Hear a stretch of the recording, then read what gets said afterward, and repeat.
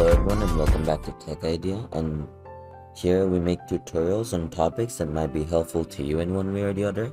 And today we're going to be talking about the Windows 11 official updates. Now you can get your Windows 11 official updates from settings. After you come in settings, you should have Windows Update right here, and from here you should have your updates.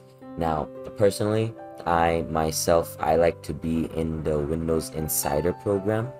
As you can see, I'm in one of the beta programs, and if you want, you can also get it, or you can just leave it. Now, I like to be in the insider programs as I like to see what's like new latest updates and all that, and that kind of like I enjoy tweaking around with my devices, with my OS. So official updates should just come in normally. You don't really have to do much, or you don't have to manually search for it. Every time there's a new update, you should be able to get it. As you can see, this update came in yesterday at 11:44 p.m. We're just gonna press on install, and that's about it. That's it.